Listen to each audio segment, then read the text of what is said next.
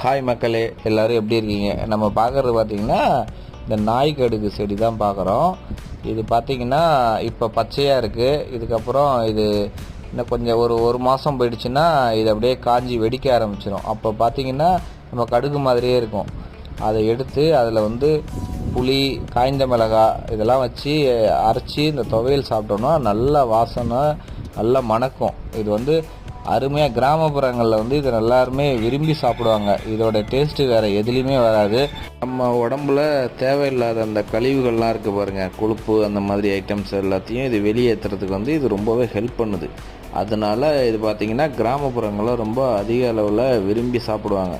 இந்த துவையலோட டேஸ்ட்டு அது ஒரு டேஸ்ட்டு அது வேறு மாதிரி இருக்கும். அதனால் நல்லாயிருக்கும். அதனால் எல்லாருமே நல்லா விரும்பி சாப்பிடுவாங்க கிராமப்புறங்களில். நீங்கள் சாப்பிட்டு கமெண்ட் பண்ணுங்கள். நம்ம சேனலை லைக் பண்ணுங்கள், கமெண்ட் பண்ணுங்கள், சப்ஸ்கிரைப்